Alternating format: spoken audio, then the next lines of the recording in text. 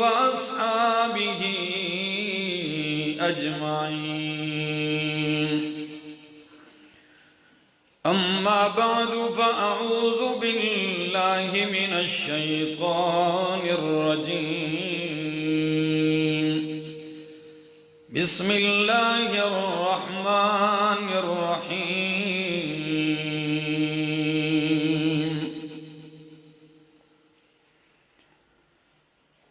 يا أيها الذين آمنوا استعينوا بالصبر والصلاة إن الله مع الصابرين. ولا تقولوا لمن يقتل في سبيل الله أموات بل أحياء ولكن لا تشعرون. ولنبلونكم بشيء من الخوف والجوع ونقص من الأموال والأنفس والثمرات وبشر الصابرين الذين إذا أصابتهم مصيبة قالوا إنا لله وإنا إليه راجعون. أولئك عليهم صلوات من ربهم ورحمة وأولئك هم المهتدون. وقال النبي صلى الله تعالى عليه وسلم الحسن والحسين سيدا شباب أهل الجنة.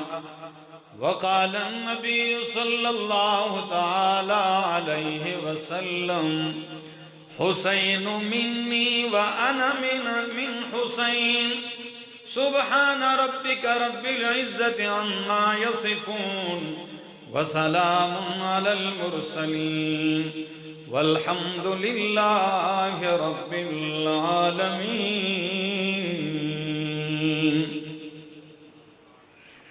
انتہائی قابل عزت، قابل احترام، ذی قدر بزرگوں، بھائیوں، عزیزوں، نوجوان ساتھیوں، السلام علیکم. دعا اور التجا ہے کہ رب کریم مجھے حق سچ کہہ سکنے، سمجھا سکنے کی توفیق نصیب فرمائے، اور بعد ازاں مجھے اور آپ سب کو عمل کی بھی توفیق نصیب فرمائے. محرم الحرام کا مہینہ رواں دواں ہے. جس طرح ذی الحجہ کے ایام میں آپ کے سامنے مظلوم مدینہ دہر داماد پیغمبر خلیفہ ثالث حضرت عثمان ابن عفان رضی اللہ تعالی عنہ کی سیرت، کردار اور ان کی شہادت کا تذکرہ کیا. پھر اسلامی سال کا آغاز ہوتا ہے محرم الحرام سے. تو محرم الحرام کی یکم تاریخ کو خلیفہ ثانی داماد حیدر اور مراد پیغمبر حضرت عمر فاروق رضی اللہ تعالی عنہ کا تذکرہ اختصار کے ساتھ میں نے کیا. تو چونکہ اسی مہینے کی 10 تاریخ کو یعنی 10 محرم الحرام سن 61 ہجری عراق کے ملک عراق کی سرزمین کربلا کے اندر نواسہ رسول جگر گوشہ بطول ریحانت النبی صلی اللہ علیہ وسلم حضرت سیدنا حسین رضی اللہ تعالی عنہ کی مظلومانہ شہادت کا المناک واقعہ اور حادثہ رونما ہوا. تو اس مناسبت سے آپ کے سامنے پیغمبر پاک صلی اللہ علیہ وسلم کی اس عظیم نواسے کا تذکرہ کروں گا، لیکن چونکہ احادیث کی کتابوں میں آپ پڑھیں یا سیرت کی کتابیں پڑھیں، تاریخ کی کتابیں پڑھیں، حسنین کریمین کے حالات، فضائل اکٹھے ہوتے ہیں۔ اکثر مقامات پر احادیث کے اندر بھی ذکر ہوتا ہے تو حضرت حسن اور حضرت حسین رضی اللہ عنہما، ان دونوں کا ذکر اکٹھا ہوتا ہے۔ تو مناسب یوں محسوس کیا کہ ان دونوں کا تذکرہ کروں اور ان کی مختصر سیرت اور عظمت آپ کے سامنے پیش کروں۔ لیکن ایک بات یاد رکھیے ہری پور والوں، المیہ یہ ہے کہ ہم نے نبی پاک صلی اللہ تعالی علیہ وسلم کی ازواج مطہرات امہات المومنین بھی یاد نہیں رکھی۔ اگر کسی سے پوچھا جائے کہ امہات المومنین کی تعداد کتنی ہے، نام کیا ہے،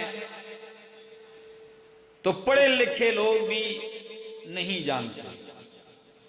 پھر دوسرا ظلم یہ ہے کہ جب نبی پاک صلی اللہ تعالی علیہ وسلم کی بنات کا ذکر کیا جائے، آپ کی بیٹیوں کا تذکرہ کیا جائے، تو اس وقت بھی پڑھے لکھے عام و خاص کی زبان پر ایک ہی نام یاد رہتا ہے، حضرت فاطمہ الزہرا رضی اللہ تعالی عنہا۔ نبی کریم کی 3 بیٹیوں کا نام اکثریت کو پتہ تک نہیں۔ یاد رکھیے نبی پاک صلی اللہ علیہ وسلم کی 4 بیٹیاں ہیں، زینب، رقیہ، ام کلثوم، فاطمہ۔ سب سے بڑی بیٹی حضرت زینب، ان کا نکاح حضرت ابو العاص بن ربی کے ساتھ ہوا۔ دوسری بیٹی رقیہ حضرت عثمان کے نکاح میں، حضرت عثمان کے نکاح میں غزوہ بدر کے موقع پر ان کا انتقال ہوا، تو نبی پاک نے دوسری بیٹی جو نمبر میں تیسری ہے حضرت ام کلثوم کا نکاح بھی حضرت عثمان سے کر دیا، اور اللہ کے پاک پیغمبر کی چہیتی بیٹی، چھوٹی بیٹی حضرت فاطمہ الزہرا رضی اللہ تعالی عنہا، ان کا نکاح نبی پاک صلی اللہ علیہ وسلم نے علی المرتضی رضی اللہ تعالی عنہ سے کیا ہے۔ رشتے بہت آ رہے تھے، لیکن اللہ کے پاک پیغمبر خاموشی اختیار کرتے، جواب نہیں دیتے، کسی کو ہاں نہیں کیا۔ پھر حضرت ابو بکر صدیق اور فاروق اعظم کے مشورے سے علی المرتضی جب رشتہ لینے خود آئے، نے کہا میں خود جاؤں؟ تو شیخین نے فرمایا ہاں ہاں آپ خود جائیں۔ خود علی المرتضی آئے، نبی پاک صلی اللہ تعالی علیہ وسلم نے رشتہ دے دیا، نکاح ہو گیا۔ سال گزرنے کو ہے، کتنا؟ سال گزرنے کو ہے، حضرت فاطمہ الزہرا رضی اللہ تعالی عنہ کے پاس ان کے ہاں بیٹا ہوتا ہے 15 رمضان المبارک سن 3 ہجری۔ اللہ کے پاک پیغمبر صلی اللہ علیہ وسلم تک خوشخبری پہنچتی ہے کہ اللہ نے آپ کو نواسہ دیا ہے، علی المرتضی کو بیٹا دیا ہے، فاطمہ الزہرا کا لخت جگر ہوا ہے، آپ تشریف لائیے۔ نبی پاک صلی اللہ علیہ وسلم خود چل کے آتے ہیں، اور لفظ کیا ہے؟ یہ نہیں فرمایا نواسہ، فرمایا ارونی ابنی، مجھے میرا بیٹا دکھاؤ۔ اپنا بیٹا کہا ہے، یہ محبت کی بات ہے، مجھے بیٹا دکھائیے۔ جب حضرت حسن دکھائے گئے، نبی پاک صلی اللہ علیہ وسلم نے اٹھایا گود میں، فرمایا قریب کیجئے، آپ نے اٹھایا اور کان میں کہا اللہ اکبر اللہ اکبر۔ ہائی پور والوں، اس ہستی کی شان کے کیا کہنے کہ اس دنیا میں آنے کے بعد سب سے پہلی آواز میرے محمد کی گونجی ہو، جن کے کانوں میں مصطفیٰ کی آواز گونجتی ہے، اور وہ بھی کون سی آواز، کس کی صدا؟ اللہ اکبر اللہ اکبر۔ پھر آپ نے تحنیک کی، کھجور منہ میں چبائی، لعاب دہن نرم کیا اور حضرت حسن کے منہ میں ڈالی۔ تو اس ہستی کی شان کے کیا کہنے کہ دنیا میں آنے کے بعد جن کے پیٹ میں سب سے پہلی غذا میرے مصطفیٰ کا لعاب بن کے گیا ہے۔ فرمایا ما سمیتموہ، تم نے میرے بیٹے کا نام کیا رکھا ہے؟ حضرت علی کہنے لگے ہم نے نام رکھا ہے حرب، جنگجو، بہادر۔ حضرت علی رضی اللہ تعالیٰ عنہ کا ایک مزاج تھا۔ فرمایا نہیں، میں نے ان کا نام حسن رکھا ہے۔ کیا نام؟ حسن رکھا ہے۔ یہ سن 3 ہجری 15 رمضان المبارک کی بات ہے۔ پھر 1 سال گزرنے کے بعد شعبان کا مہینہ ہے اور حضرت سیدنا حسین رضی اللہ تعالیٰ عنہ پیدا ہوتے ہیں، امام الانبیاء تشریف لاتے ہیں۔ پھر وہی انداز، کان میں آذان دی، منہ میں تحنیک کی گٹی ڈالی اپنے لعاب سے، اور نام پوچھا کیا نام رکھا؟ علی المرتضیٰ رضی اللہ تعالیٰ نے کہنے لگے میں نے نام رکھا ہے حرب۔ وہی ذہن میں تھا۔ فرمایا نہیں، میں نے ان کا نام حسین رکھا ہے۔ تحنیک بھی کی، اذان بھی دی، نام بھی رکھا ہے۔ 7ویں دن نبی پاک صلی اللہ علیہ وسلم، حدیث کے اندر آتا ہے دونوں نواسوں کے سال پہلے حضرت حسن کی عقیقہ بھی میرے پاک پیغمبر نے 2 بکریوں کے ساتھ کی ہے، اور جب حضرت سیدنا حسین پیدا ہوتے ہیں 7ویں دن نبی پاک نے آپ کی عقیقہ بھی کی ہے، اور فرمایا سر کے بال اتروائیے۔ جب سر کا حلق کیا فرمایا بالوں کا وزن کیجئے، جتنا چاندی کا ہو وزن وہ چاندی صدقہ کر دیجئے۔ یہ ان کی ولادت کا تذکرہ ہے۔ 7 سال تک حضرت حسن اور 6 سال تک حضرت حسین رضی اللہ عنہما میرے پاک پیغمبر کی پرورش میں رہتے ہیں۔ کتنے سال؟ کیونکہ یہ سن 3 اور 4 ہجری کی بات ہے، اور سن 10 ہجری میں نبی علیہ السلام ربیع الاول کے مہینے میں پھر دنیا سے رخصت ہو جاتے ہیں۔ تو حضرت حسن 7 سال، حضرت حسین رضی اللہ تعالیٰ عنہما 6 سال نبی کریم کی معیت میں آپ گزارتے ہیں، آپ کی تربیت میں۔ محبتوں کا یہ عالم ہے کہ کبھی نبی کریم خطبہ دے رہے ہیں، حسنین کریمین دونوں مسجد نبوی کی طرف آ رہے ہیں، چھوٹے ہیں، چل نہیں سکتے، گرتے پڑتے آ رہے ہیں۔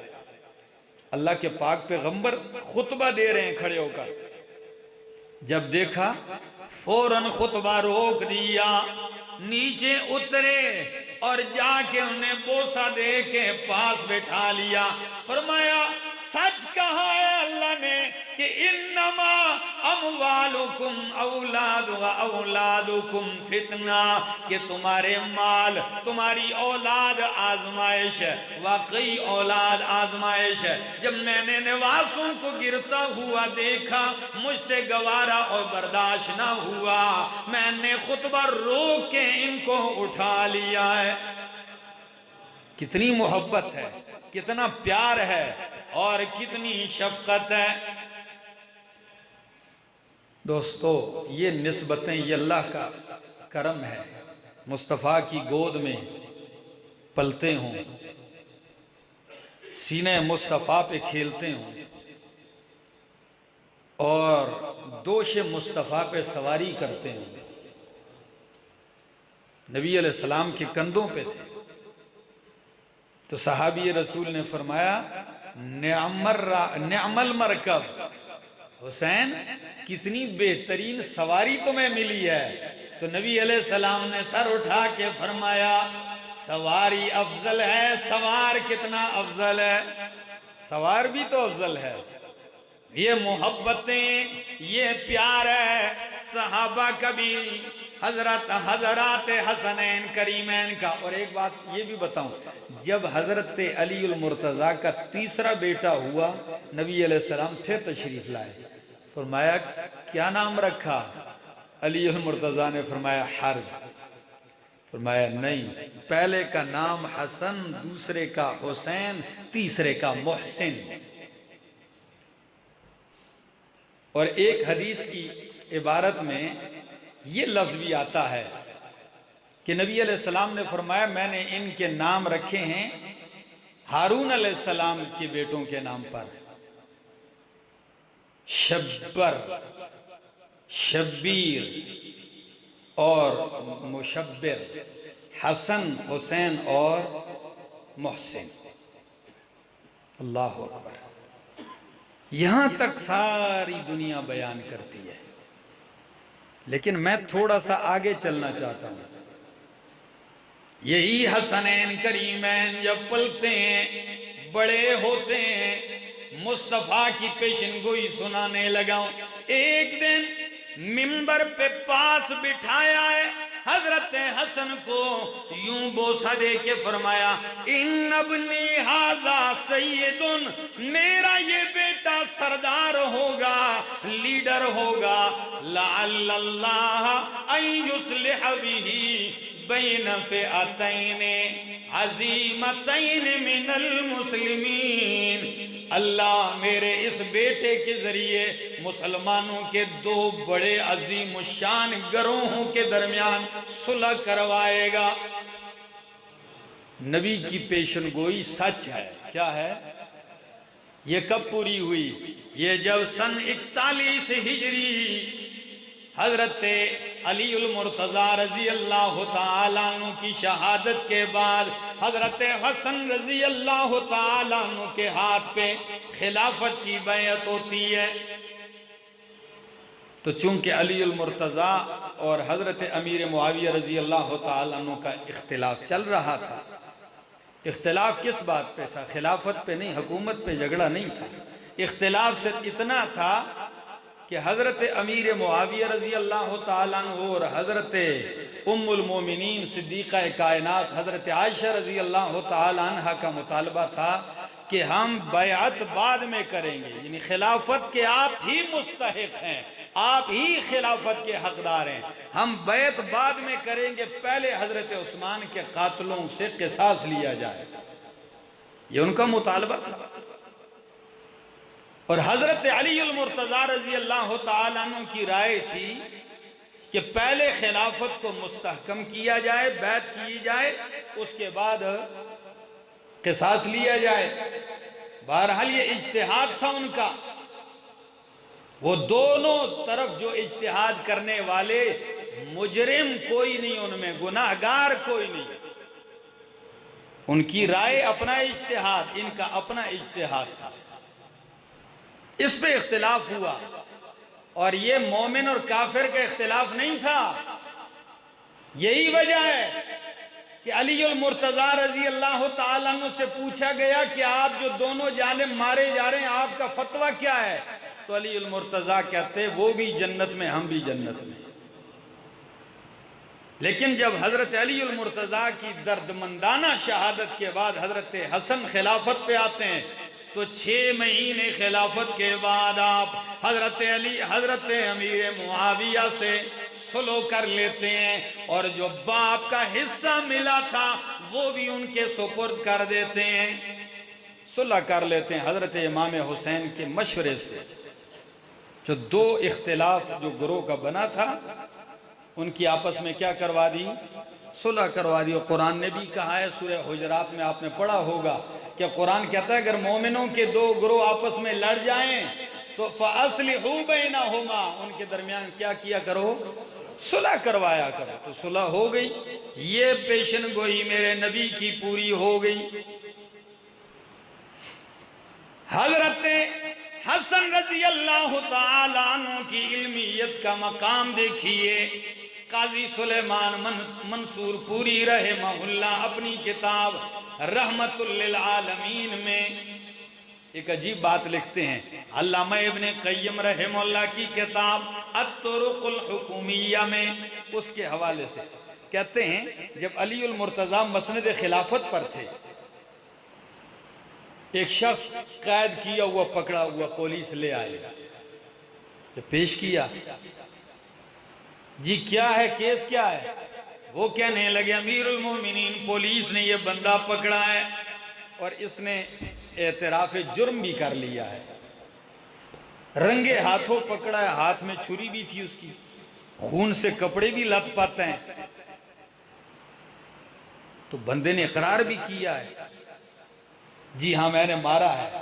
عجیب بات بتانے لگا ہوں ہری پور والوں، اقرار بھی کیا۔ اب اس نے اقرار کیا کہ دئی اسنا ایک اور بندہ آیا، کہنے لگا امیر المومنین جس بندے کے قتل کا الزام اس شخص پر ہے وہ تو میں نے مارا ہے۔ اسی مقتول کا قاتل ایک اور بندہ نکل آیا، اس نے کہا یہ میں نے مارا ہے۔ اب عجیب سی بات بن گئی، رنگے ہاتھوں ایک پکڑا گیا، خون آلود ایک ہے اور اقرار دوسرا بھی کر رہا ہے کہ یہ تو میں نے مارا اس نے نہیں مارا۔ علی المرتضیٰ اس بندے سے کہتے ہیں اچھا یہ بتاؤ آپ نے کیسے اقرار کر لیا؟ وہ کہتا ہے میں نے مارا ہے اور آپ کہتے ہیں میں نے مارا ہے۔ وہ کہنے لگے امیر المومنین واقعی یہ بندہ سچ کہتا ہے، اس نے مارا ہے، میں نے نہیں قتل کیا، لیکن حقیقت یہ ہے کہ میں قصاب ہوں، قصائی ہوں۔ کیا ہوں؟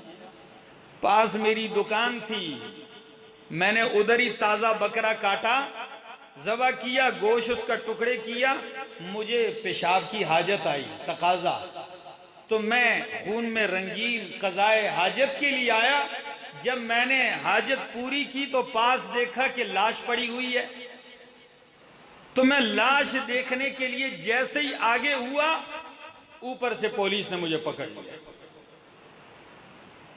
اب میں جتنا بھی شور ڈالتا اس وقت میری کون سنتا؟ لاش بھی پڑی ہے، بندہ بھی زخمی ہے، مرا ہوا ہے، اور میرے اوپر خون بھی لگا ہے، چھری بھی ہے۔ اس وقت اگر میں انکار کرتا تو ادھر ہی مار دیتے۔ میں نے کہا عدالت پہنچنے دو پھر دیکھیں گے۔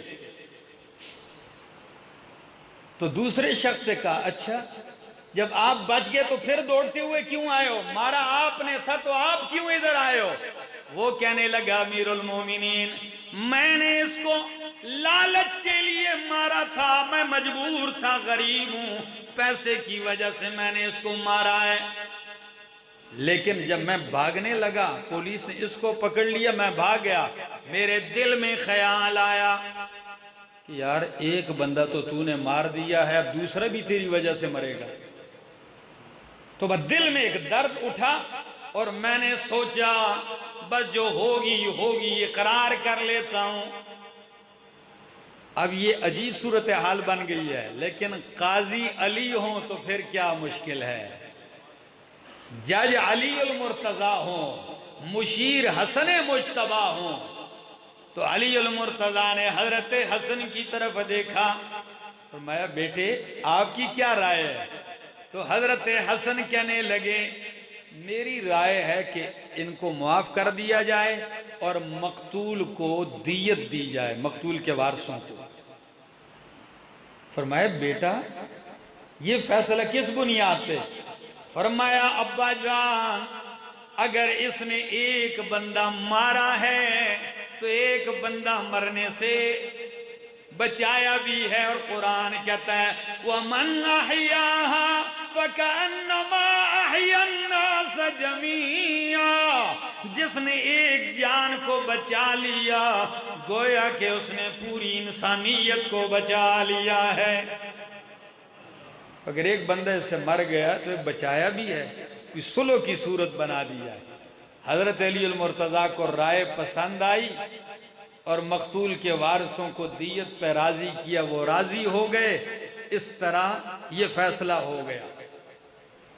تو جن کی علمیت کا یہ عالم ہے، اور حضرت حسین رضی اللہ تعالیٰ عنہ ان کی علمیت، ان کا مقام یہ ہے، نبی کریم صلی اللہ علیہ وسلم کے بعد ابو بکر صدیق کی خلافت ہے، 2 سال صدیق اکبر خلیفہ رہے، نماز عصر ہوئی، صدیق اکبر بھی گھر سے نکلتے ہیں، ساتھ علی المرتضیٰ بھی نکلتے ہیں، جب باہر دیکھتے ہیں تو راستے میں بچوں کے ساتھ حضرت حسنین کھیل رہے ہیں، حضرت حسن تو جیسے ہی نکلتے ہیں نا تو فوراً دوڑ کے حضرت حسن کو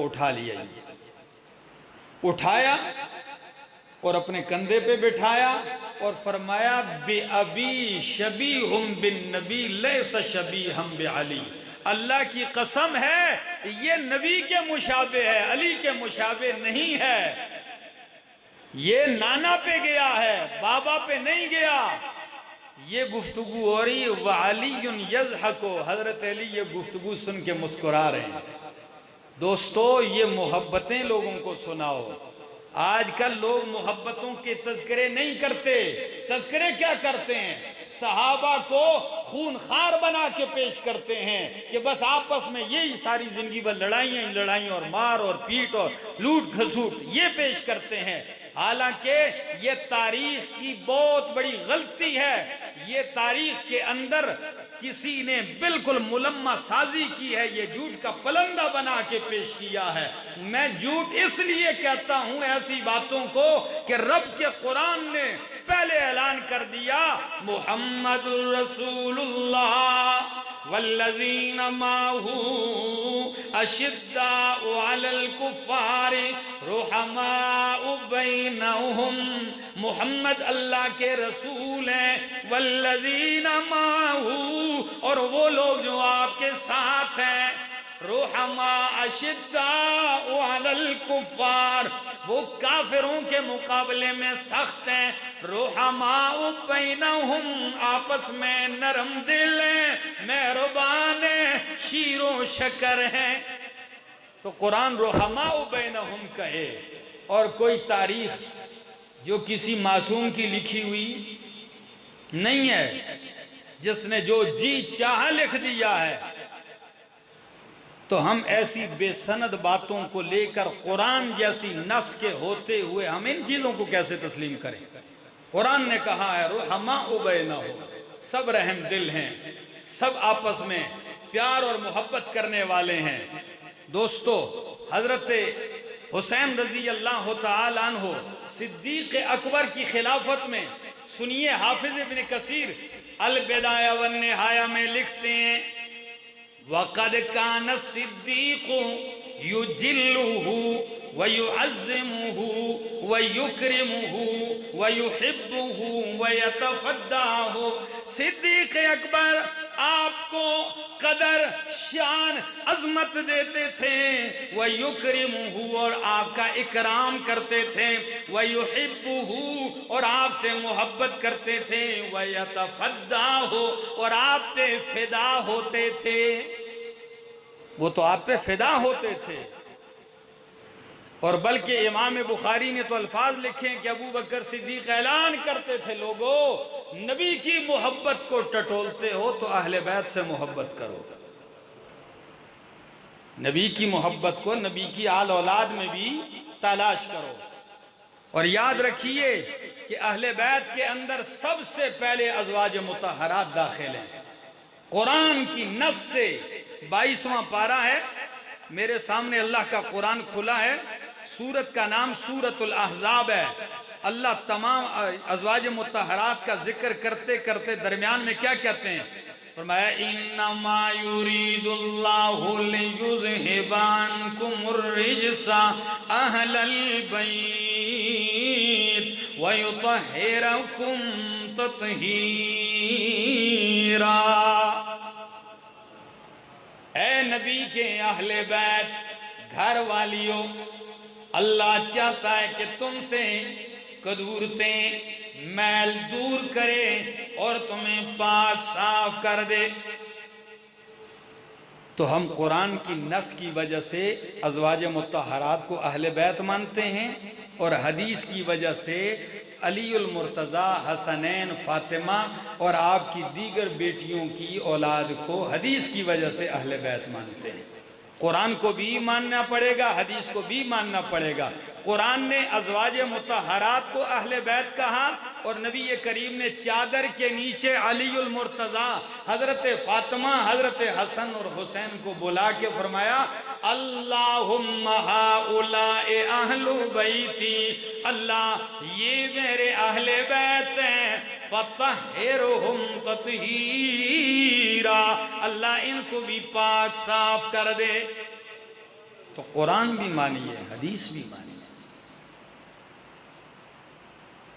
ظلم تو یہاں یہ ہے کہ وہ دعوے دار وہ بنے ہیں، اہل بیت کے ٹھیکیدار وہ بنے ہیں جو نبی کی بیٹیوں کو، 3 بیٹیوں کا سرے سے انکار کرتے ہیں۔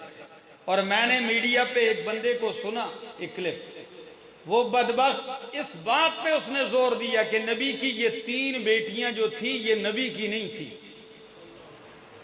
یہ پیچھے سے جو نبی علیہ السلام کی ازواج مطہرات کی پہلی شادیاں تھیں یہ ان کی اولاد تھی۔ لا حول ولا قوت الا باللہ۔ قرآن سے واسطہ نہیں ہے، قرآن کے صاف الفاظ ہیں، یا ایھا النبی قل لازواجک، اے میرے پیغمبر، قل لازواجک، کہہ دیجئے اپنی بیویوں سے، وبناتک، اور اپنی بیٹیوں سے۔ ازواج جمع ہے زوجہ کی، جمع ہے، اور بنات جمع ہے بنت کی۔ جب بیٹی ایک ہی ہے تو بنات کیوں کہا؟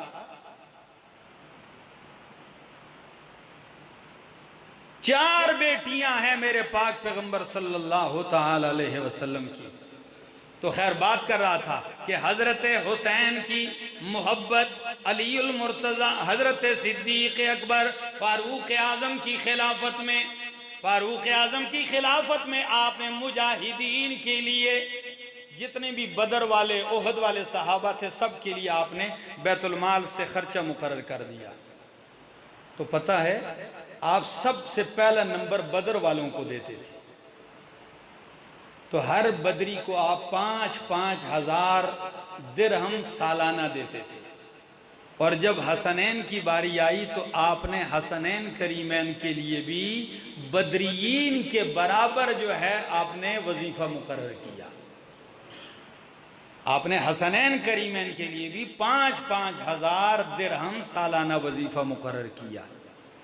یہ ان کی محبت تھی۔ ایک دن ایسا ہوا کہ یمن سے بہت سارا مال آیا، اس میں بہترین جوڑے آئے تھے، آپ نے تقسیم کیے۔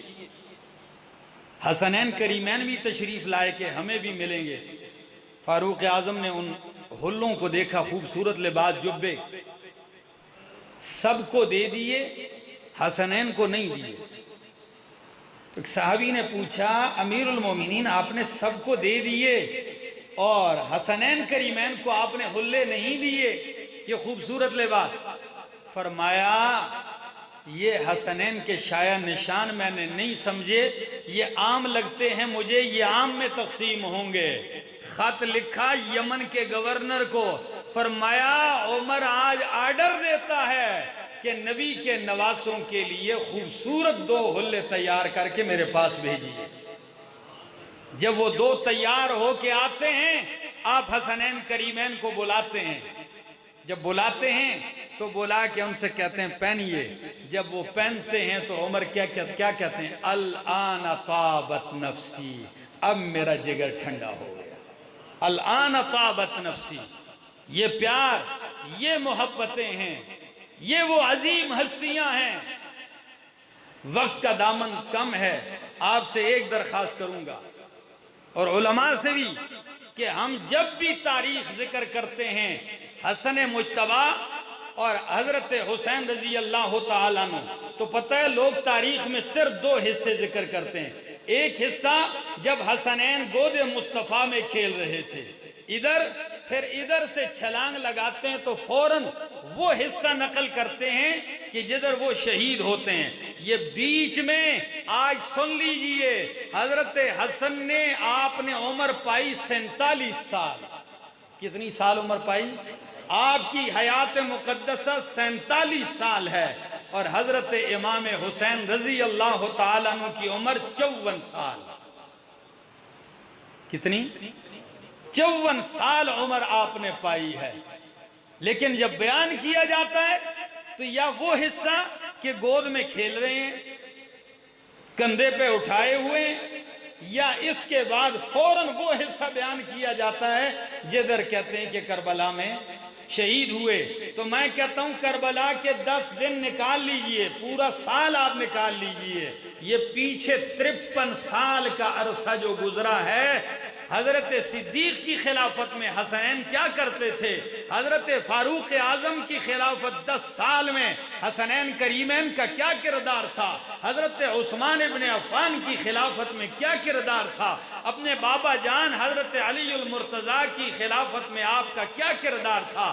اللہ گواہ ہے، اگر اس دور کو پیش کیا جائے تو کبھی بھی کسی کا اشکال ختم نہ ہو۔ اشکال ختم ہوگا اور یہ عقیدہ نظریہ آئے گا، اشکال نہیں رہے گا، اشکال ختم ہو جائیں گے، شبہات ختم ہو جائیں گے، اور ایک ہی چیز سامنے نکھر کے آئے گی کہ محمد عربی کا ہر صحابی حسنین سے پیار کرتا تھا، محبت کرتا تھا۔ لیکن یہ بیچ کا حصہ سارا نکال دیتے ہیں۔ آئیے ذرا سنیے، حضرت عثمان رضی اللہ تعالیٰ عنہ محاصرے میں، باغی پورے مدینہ میں دندناتے پھر رہے ہیں، 40 دن ہونے کو ہیں۔ مظلوم مدینہ اس مسجد میں نماز سے منع کر دیے گئے، جو زمین انہوں نے خرید کی دی، اس کنویں کا پانی منع کر دیا جو کنواں خرید کے انہوں نے وقف کیا تھا۔ آج وہ بھوکے بھی ہیں، پیاسے بھی ہیں۔ اس وقت کا کردار بتا رہا ہوں حسنین کا۔ حضرت علی المرتضیٰ نے اپنے بیٹوں کی ڈیوٹی کیا لگائی؟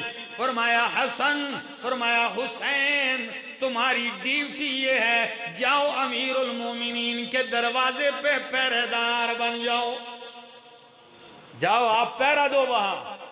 تو حسنین کریمین حضرت عثمان کے پہرے دار بنے ہوئے ہیں۔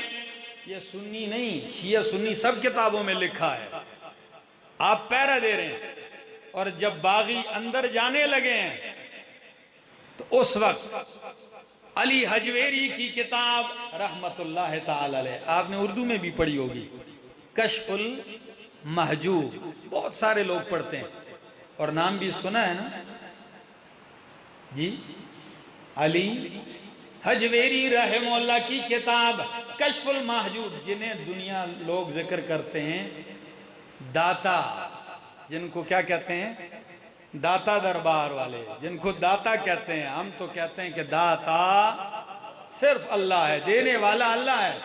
علی حجویری اپنی کتاب کشف المحجوب میں لکھتے ہیں اور عجیب الفاظ لکھتے ہیں، کہتے ہیں حضرت حسن حضرت حسین رضی اللہ تعالیٰ عنہ پہرا دے رہے ہیں۔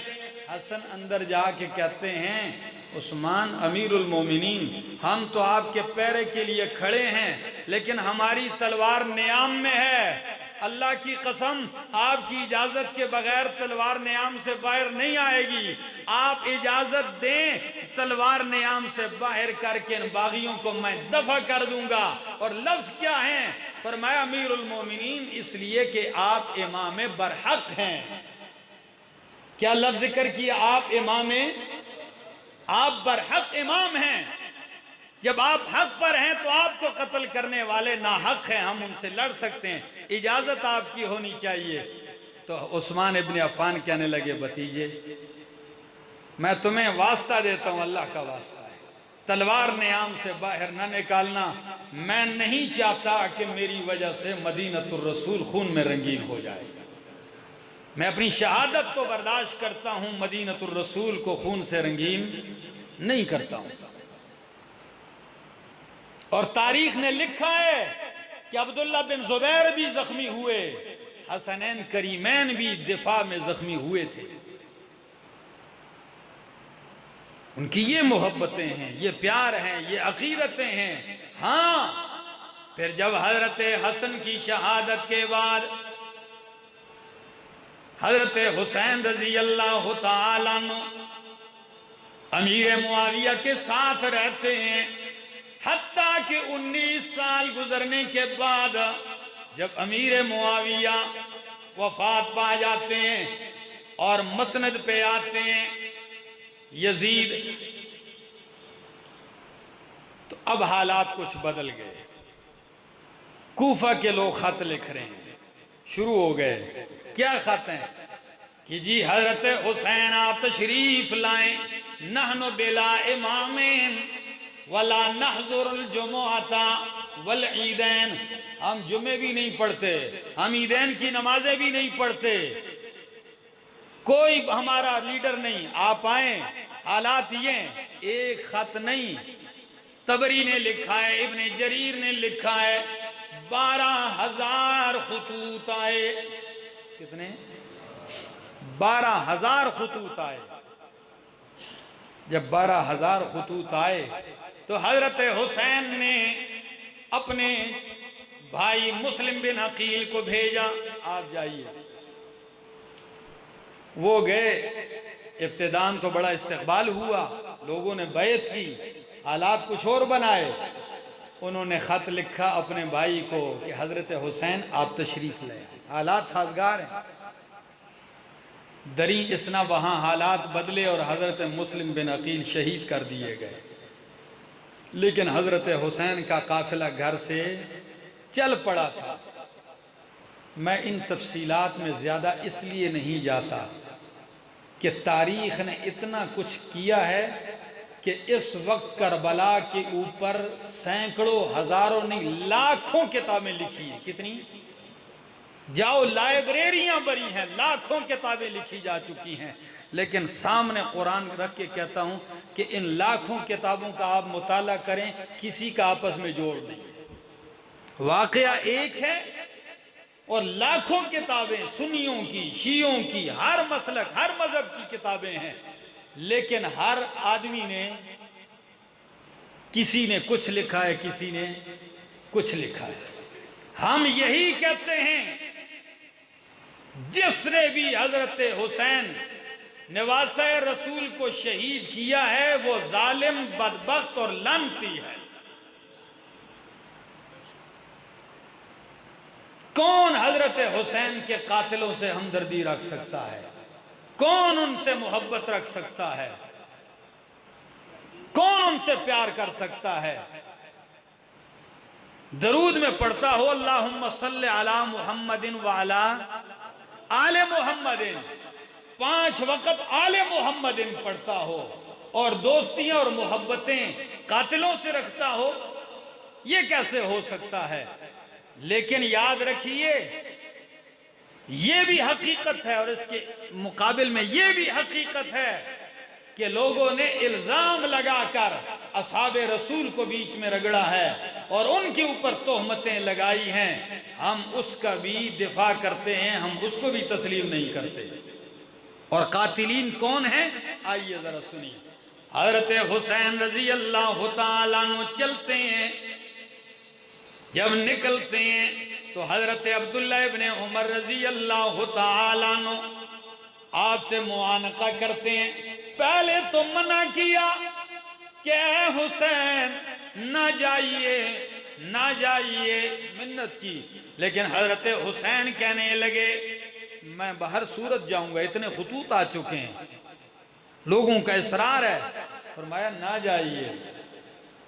لیکن جانا ہی ہے تو کن لفظوں میں رخصت کیا؟ کہنے لگے، امام شعبی لکھتے ہیں ان اہل العراق قوم مناکیر، عراق والے یہ بہت ہی منکر قسم کی قوم ہے، بڑے اوپرے لوگ ہیں عراقی کوفی۔ کیوں؟ قتلوا اباکا، انہی کوفیوں نے آپ کے بابا جان کو قتل کیا تھا، وَضَرَبُوا أَخَاكَ، اور آپ کے بڑے بھائی حضرت حسن کو مارا، وَفَعَلُوا، اور یہ کام کیے ہیں۔ لیکن پھر بھی جب حضرت حسین ارادہ کر ہی چکے تو معانقہ کرتے ہوئے یوں سینے سے لگایا نواسے رسول کو، لفظ کیا استعمال کیے؟ استودعک اللہ من قتیل، بس آپ کو میں قتلگاہ کی طرف رخصت کرتا ہوں۔ یہ لفظ تھے حضرت عبداللہ ابن عمر کے کہ بس آپ جائیے، مجھے آپ کا خون نظر آ رہا ہے۔ آپ بچوں سمیت اہل خانہ سمیت آتے ہیں، اور پھر جب ابن مرجانہ ابن زیاد کی فوجیں آتی ہیں تو 40,000 بیعت کرنے والے 12,000 خطوط لکھنے والوں میں 12 بندے بھی نظر نہیں آ رہے تھے۔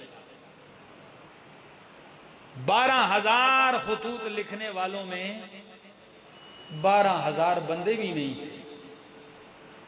حضرت حسین اس طرح خط نکال نکال کے کہتے تھے، یہ دیکھو موریں لگی ہیں، تمہارے انگوٹھے لگے ہوئے ہیں، سائن دستخط ہیں، تمہیں نے مجھے بلایا، آج اکیلے چھوڑتے ہو۔ تو نے کہا اگر یہ خطوط، یہ نام یزید نے دیکھ لیے، ہماری تو چمڑی ادھیڑ دے گا۔ تو خیموں کو آگ لگائی تاکہ وہ خط بھی جل جائے۔ رات کے اس اندھیرے میں جگر گوشہ رسول کو، ریحانت النبی کو، راکب بردوش رسول کو جس بے دردی کے ساتھ شہید کیا گیا، اس کی مثال نہیں ملتی۔ یہ سن 10 محرم الحرام سن 61 ہجری تھی۔ یہی وہ ظالم تھے جنہوں نے بلوایا اور پھر ساتھ نہیں دیا۔ ہم کہتے ہیں اللہ جو بھی حضرت حسین کے قاتلین ہے، اللہ تو ان سے انتقام لے لے، تو ان سے آخرت میں بھی انتقام لے لے، میدان محشر میں بھی اللہ ان کو ننگا کر دے، تاکہ پتہ چل جائے کہ کون ہے قاتل۔ لیکن یاد رکھیے، کربلا کی آڑ میں جب بھی محرم کے ایام آتے ہیں، کچھ لوگ حضرت حسنین کریمین کی یاد میں صحابہ کرام پہ تبرے کرتے ہیں، ان پہ تنقید کرتے ہیں۔ میں کہتا ہوں حسنین کی شان جنہیں لعاب مصطفیٰ غذا میں ملا، حسنین کی شان جن کے کانوں میں اللہ اکبر کی آواز مصطفیٰ کی زبان سے گونجی ہے، حسنین کریمین جن کے نام مصطفیٰ نے رکھے، جن کو گود پہ مصطفیٰ نے اٹھایا، ان کی شان بہت اونچی ہے، لیکن جن کو حسنین نے اپنا امام مانا ہے ان کی بھی شان بہت اونچی ہے۔ ابو بکر صدیق، فاروق اعظم، عثمان غنی، انہی کی اقتداء میں حسنین بھی نمازیں پڑھا کرتے تھے۔ تو جن کو حسنین نے امام مانا ہو، وہ جن کو اچھے نہ لگتے ہوں تو سمجھو